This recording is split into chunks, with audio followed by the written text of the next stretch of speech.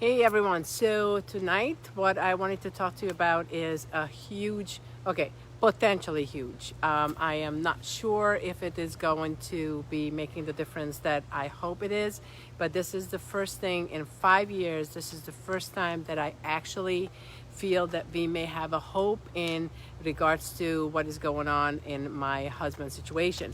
So here's what's happening. We went to a doctor today, a kidney specialist who was actually called in for consult when hi Vicky when my husband was in the hospital. And when we went to him, we started to talk about this whole sodium situation and so forth and so on. And I am aware of hi there, Candy. I'm aware of being dehydrated. I'm aware of being having electrolytes as an important thing, and sodium as an important thing. But what this guy did today, this doctor, after 5 years of going from doctor to doctor to doctor, this guy was an absolute whirlwind. I mean, we were talking for like 35-40 minutes, which is in itself is an incredible experience to have a doctor talk to you for 35-40 minutes.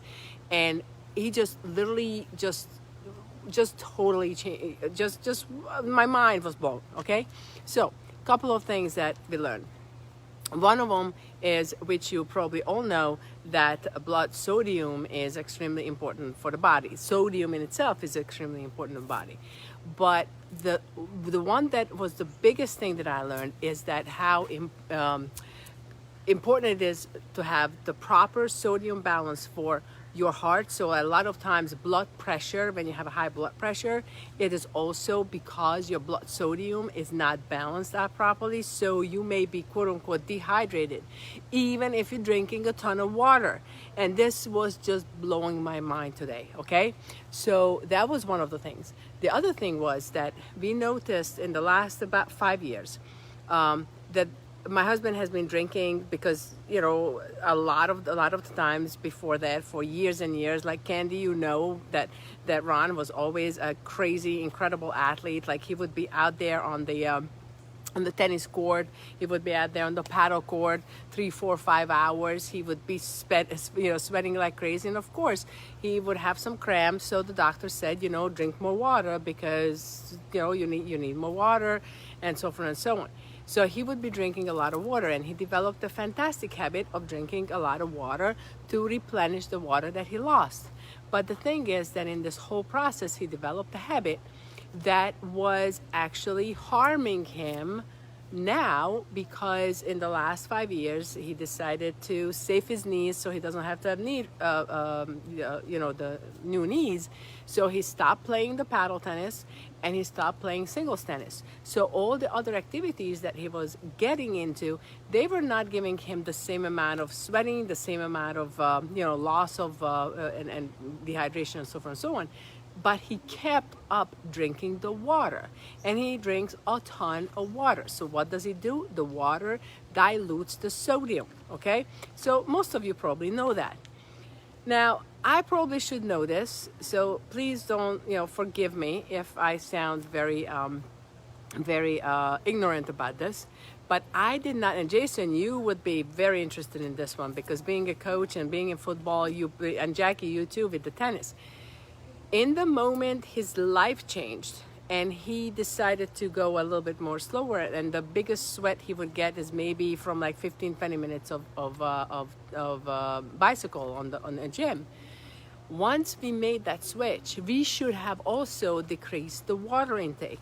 So during the last 5 years, gradually, more and more and more, his sodium was going down. Sorry, I am being bitten by all kinds of things here. That's why I'm moving around like I have some ticks or something. So what happened was that it gradually decreased all the sodium. We were always, even in the last 5 years, we checked it on the chart with this gentleman, with this doctor today. It was amazing. 2015 on, his sodium was in the low minimum level. Okay, so if you are in the low minimum level, a little bit of dehydration, that is the electrolytation, and we're going to talk about that in a couple of seconds, can bring you down to that critical level where he was in January and he was a couple of weeks ago. So we essentially, thinking that we are living healthy, we are taking care of things, we're killing ourselves potentially. I mean, I'm not saying that this is a solution, but this is the first one in 5 years that makes sense to me. Then chronologically, it also makes sense because about 3 years ago, finally, one of the neurologists, because also Ron was complaining about brain fog in the morning, he was complaining about dizziness in the morning, and if you think about it, if you have diluted your sodium overnight, then the next morning, also the sodium is extremely important for the brain function, right? Heart function, brain function, kidney function, right? So, and I'm sure many other functions. So in the morning, he would be experiencing this pain, fogginess and dizziness and so forth, because overnight he would be releasing all this sodium. So hi Kelsey.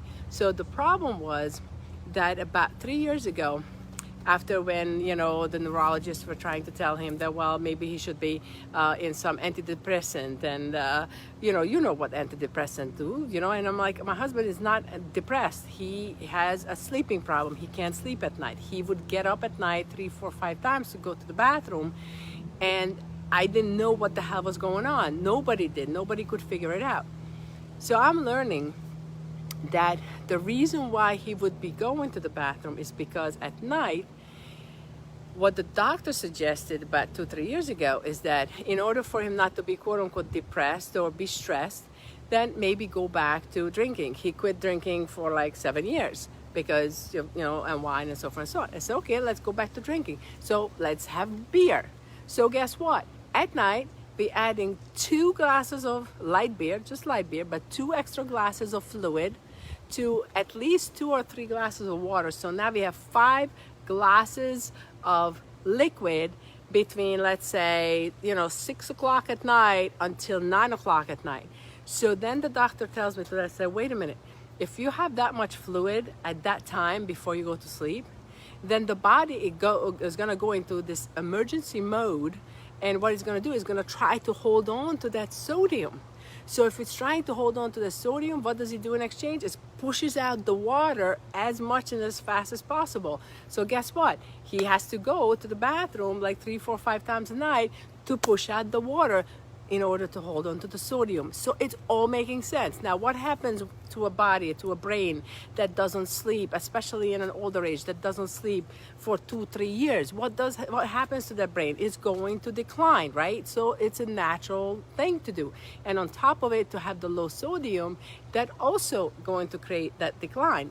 So this was huge for me today, and to have like 5 years of going from one specialist to the other specialist, and nobody could put together A, B, C, and D. And let's add to that the blood pressure issue. He's never had high blood pressure. In fact, he was always low blood pressure. And about 2 years ago, summer of 2018 was the first time that we noticed that maybe there's a little bit of an incline of the blood pressure. I'm like, why would that be? It doesn't make any sense. Long story short, last year in March, right here in Florida, he has this huge attack. He has a TIA stroke, and he has this over 200 blood pressure. Like, what the hell is happening? So now all those parts are making a lot of sense to me, that what the sodium, this lowering of the sodium, how the body was trying to literally balance itself out, because the body is incredibly smart, how it was trying to balance itself out. So with the bringing up the blood pressure, it was trying to also help the issue with the sodium. So I'm telling you guys, your body is incredibly smart.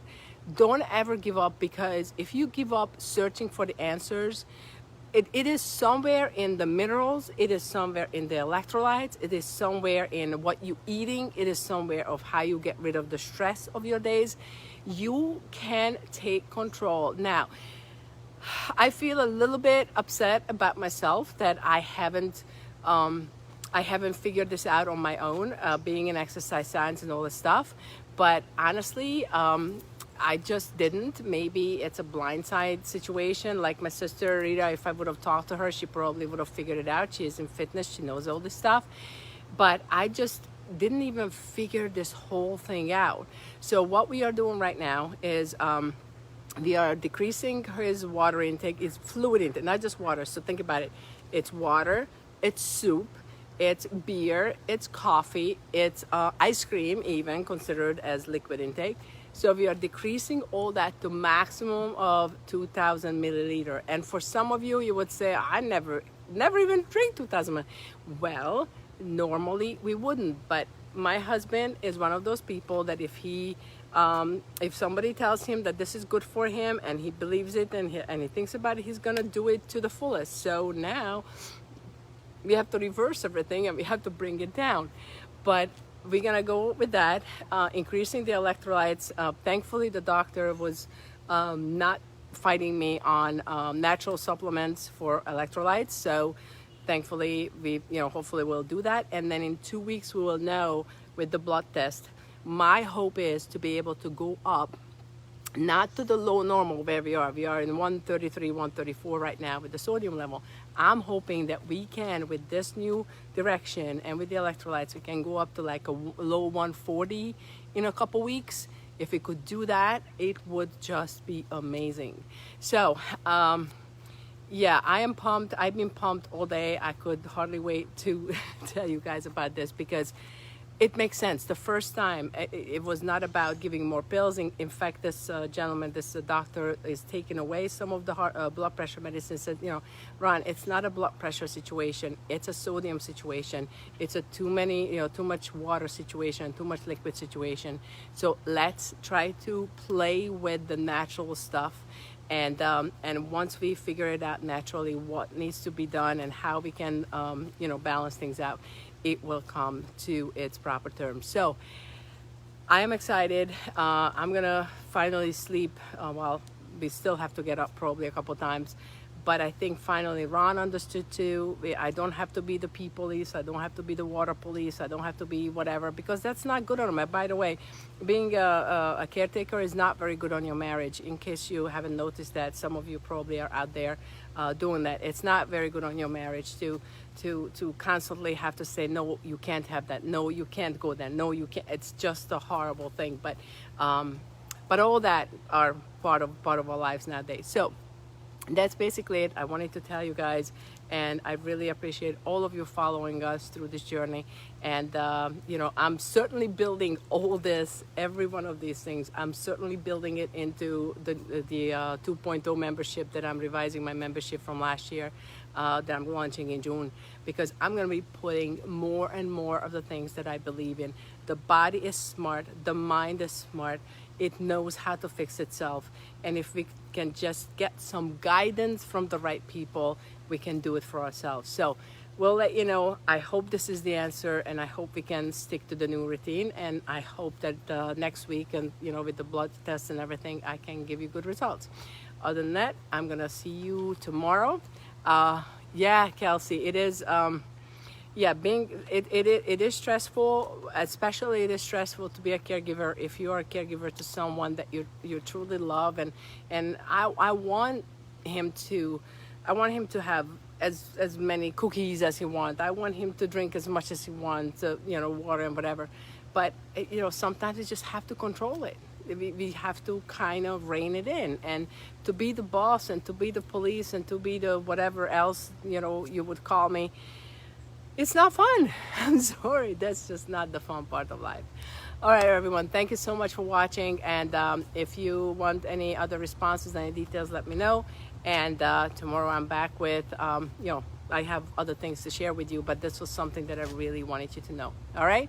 And because you've been just really so kind and so nice, praying and helping for us. And I'm coming at you truly from the heart. I am so excited today. So hopefully it will work out. Thank you, everyone, and see you tomorrow. Bye.